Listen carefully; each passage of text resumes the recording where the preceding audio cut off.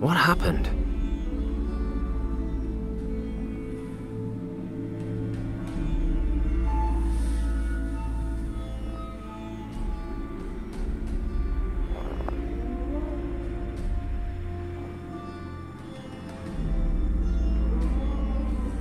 Kim?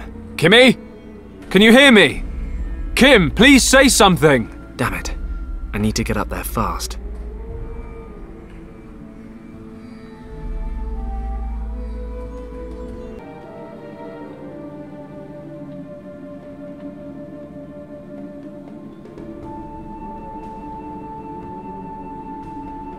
That sled was in my plane. I use it during the winter to unload cargo. It looks like the crash didn't do it too much harm, although the seat's missing. Looks like I can still use this. It's only the seat that's missing. I'll take it with me. A piece of my plane's propeller. Poor girl, took quite a beating. She'll never forgive me.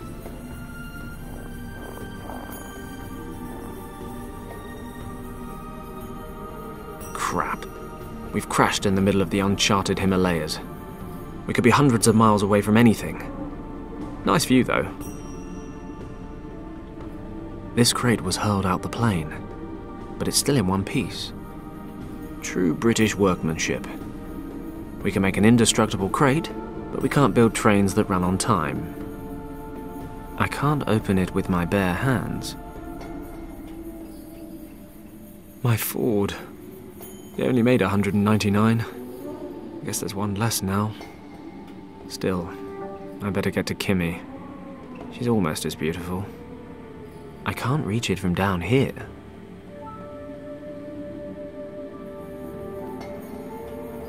I could reach Kim from that ledge over there.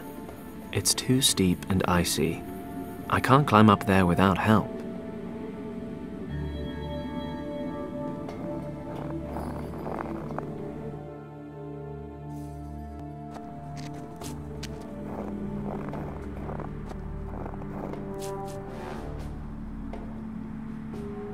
The wrecked Messerschmitt. Looks like it didn't get much further than my little Ford. Good. Might be something over there I can use to help Kim. I need to get over this crevasse first.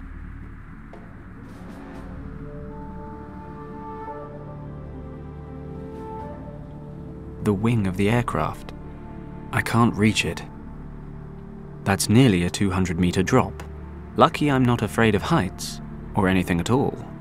If I could take a run up, and if it weren't so slippery, and if the wind were a bit calmer, then maybe, just maybe, I'd be able to jump over to the other side. However, this massive collection of conditionals does give me the feeling that my plan might be a tad too risky. Lush white snow.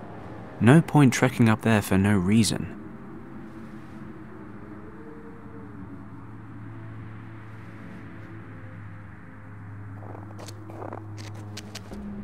A big pile of snow. No thanks. My fingers are already frozen stiff.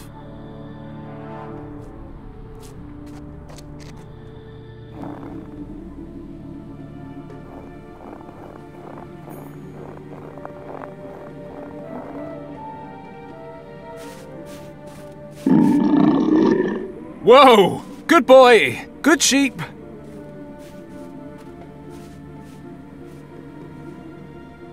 The Argali's trying to defend its territory. I'll leave it to it. They look like ritual incense sticks. This seems to be a place of worship for the locals, although it looks like they might have more popular tourist attractions. I'm not going over there as long as that Argali's got the rage. That must be an Argali, a type of mountain sheep.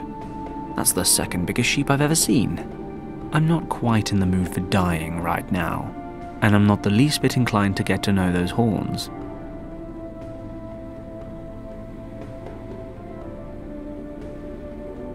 A piece of my plane's propeller. Poor.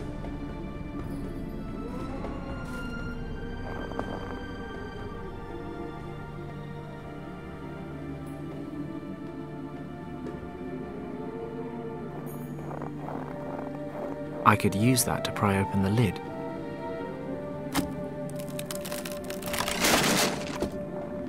Who would have guessed? It worked. The crate's open. A few of the things inside might come in handy. Let's see what we have here. A gramophone and a few records. Most of it smashed to pieces. I'd take a ration pack over smashed records any day. Although I'd take whole records and a working gramophone over the ration pack. Josephine Baker is all the sustenance I need. Nothing left inside. The lid from the wooden crate that got hurled out the cargo hold during the crash. Seems to be reasonably sturdy. Oh no, that was Josephine Baker's latest release.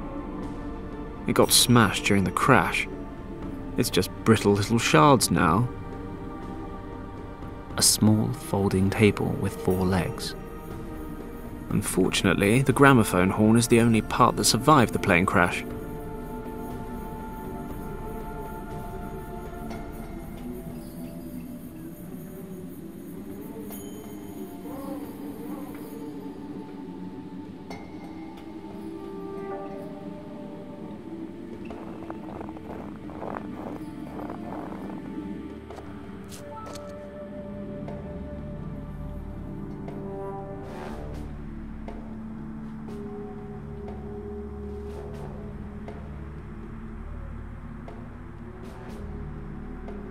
The plateau's pretty windswept.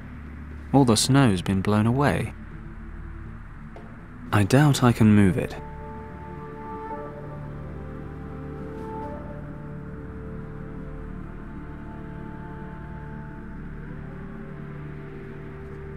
No thanks.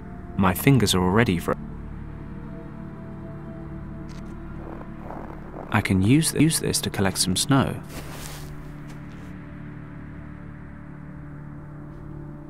There's snow inside.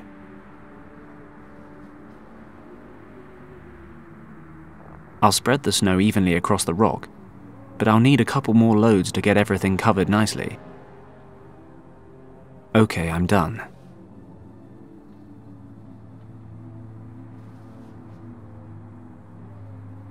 Lush white snow. No point trekking up there for no reason. I am so going to clear this thing on the sled. Without fixing it up first, though, I'm going to be very sore when we land.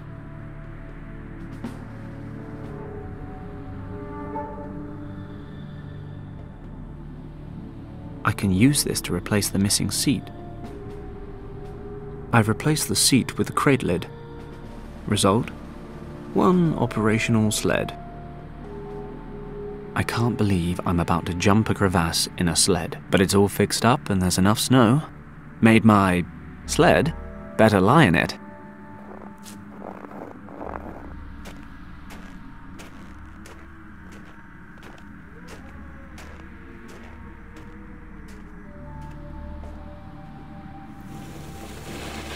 Yoo-hoo!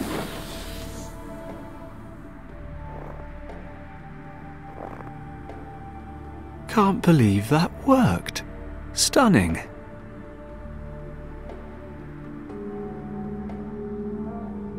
The wing's covering's damaged. It looks loose.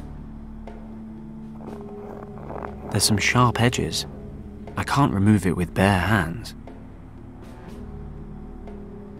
I could use that to remove the cover without cutting my hands.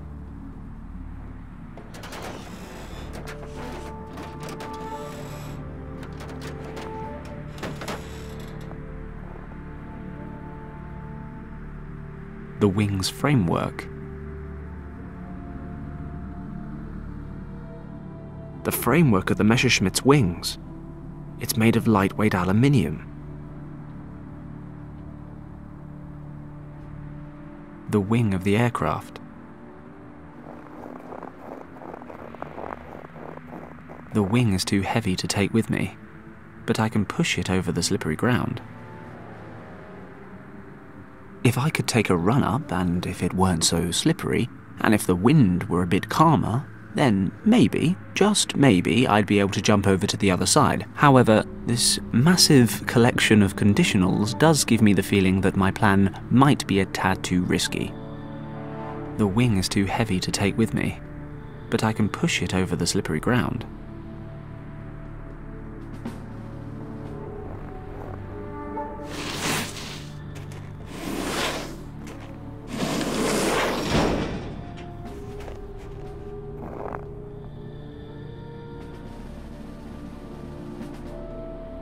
Most of the cockpit is missing. Looks like the pilot got out in time. Let's see if I can find anything useful. A dirty pilot's jacket. The pockets are empty, but something seems to be sewn in between the leather and the lining. Binoculars. The tail of the wreck has caught fire. This isn't a moving picture though. It's not about to explode. Though if it did, I'm sure that somehow a lone cartwheel would roll out of the wreck. It's actually nice and warm here if you keep a little distance. It's a puddle of melted water. Considering the temperatures, I really don't need to get any important part of my body wet right now.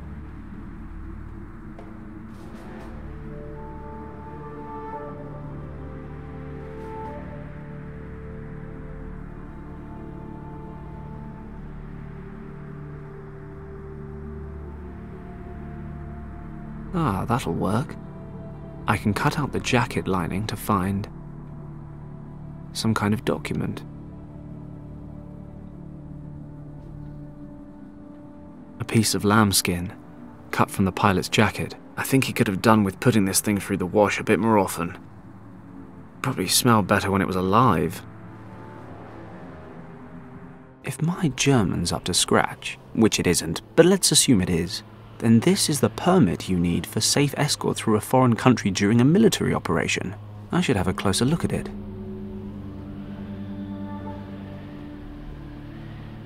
It's in German and Tibetan. It says the holder of this document is ensured safe passage at checkpoints and a certain level of immunity with local authorities.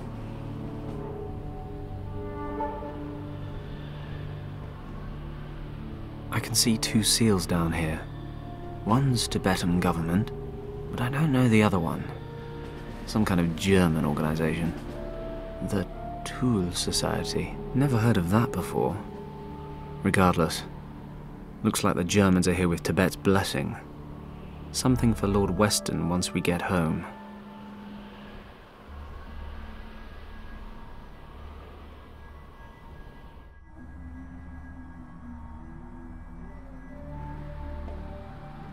The lambskin stinks of yaks, but I have more important things than laundry to take care of right now.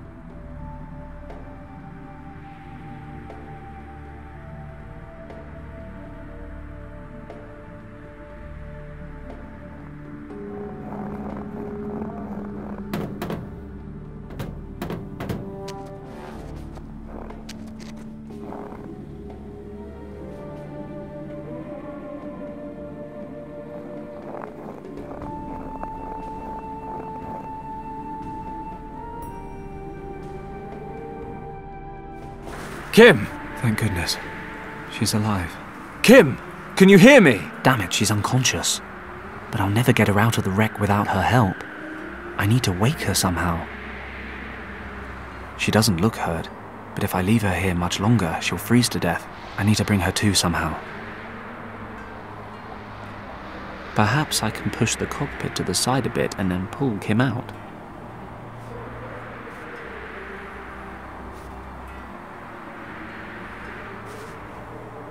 No chance. I'll never get Kim out of there without her help. The cockpit's completely crushed. Kim's lucky she doesn't have any real injuries. She doesn't look hurt, but if I leave her, I need to bring her to somehow. Kim! Kimmy, can you hear me? She's out cold. The parachute from my plane. I can't reach it. The propeller blade's too short. I can't reach the parachute with it.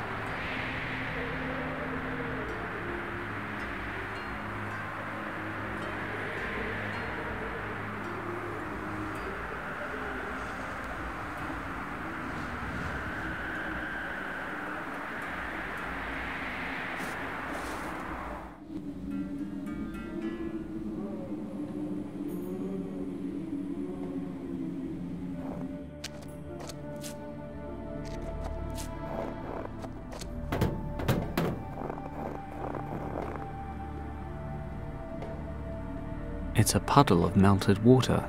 Considering the temperatures, I really don't need to get any important part of my body wet right now.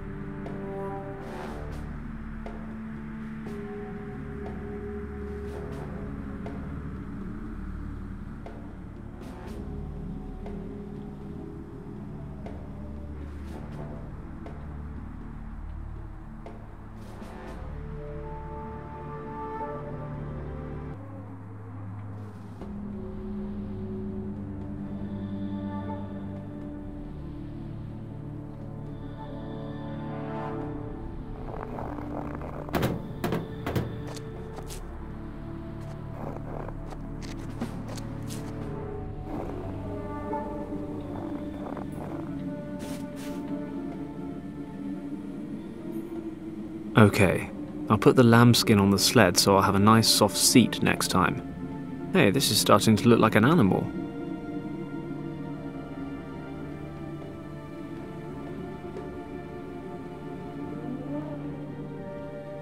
And now for some legs.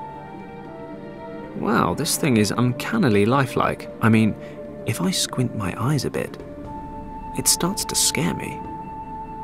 Incredible. When you combine a sled, the lining of a pilot's jacket, and a folding table, you actually get something that looks strikingly similar to a ram. And thanks to the lambskin, it even smells like one.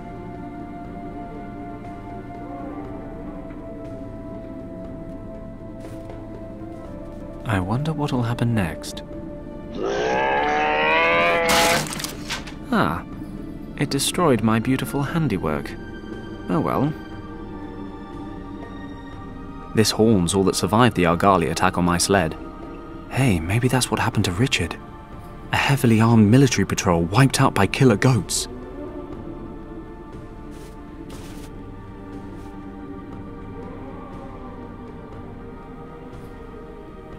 I haven't the faintest idea what that is.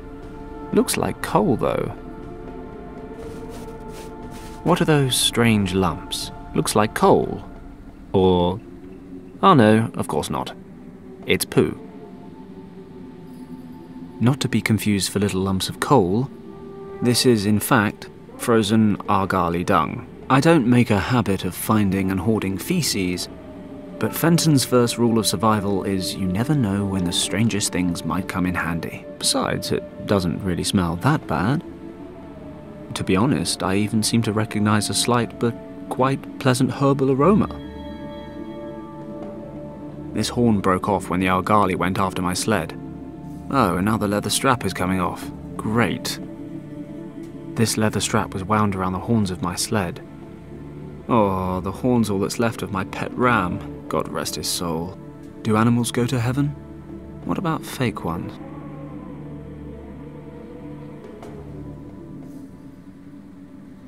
They look like ritual incense sticks. I don't want to steal these and end up getting smited. Oh, ancient Tibetan god, if you want to hold on to these, please give me some sign. Nope, I guess we're good.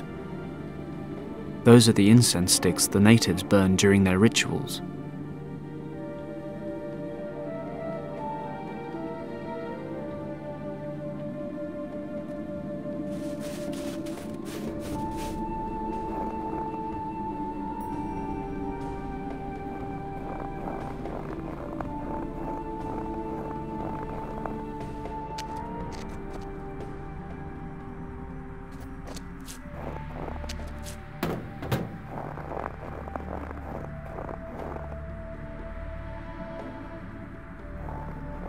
Okay, I'll wet the leather strap.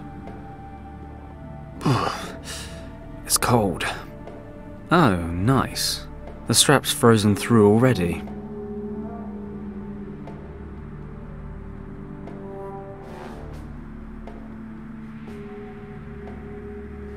Pleasant aroma or not, this stuff is better off in there than outside, and I feel more comfortable about it. That's a fantastic place to store the dried dung. Never thought I'd say that.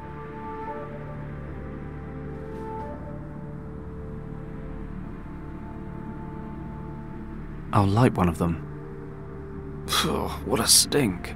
Perfume's not really a man's thing. The leather strap is frozen stiff.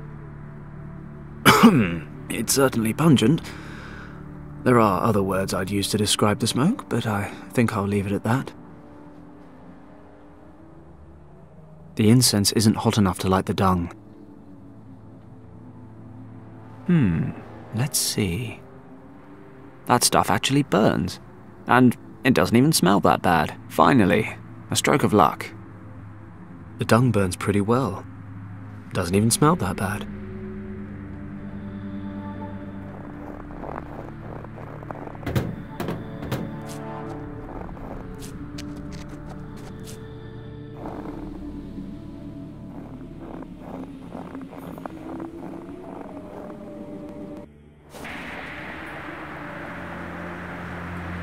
I don't think she's into that sort of thing. Smelling salts or anything a bit more perfumed might be a good plan.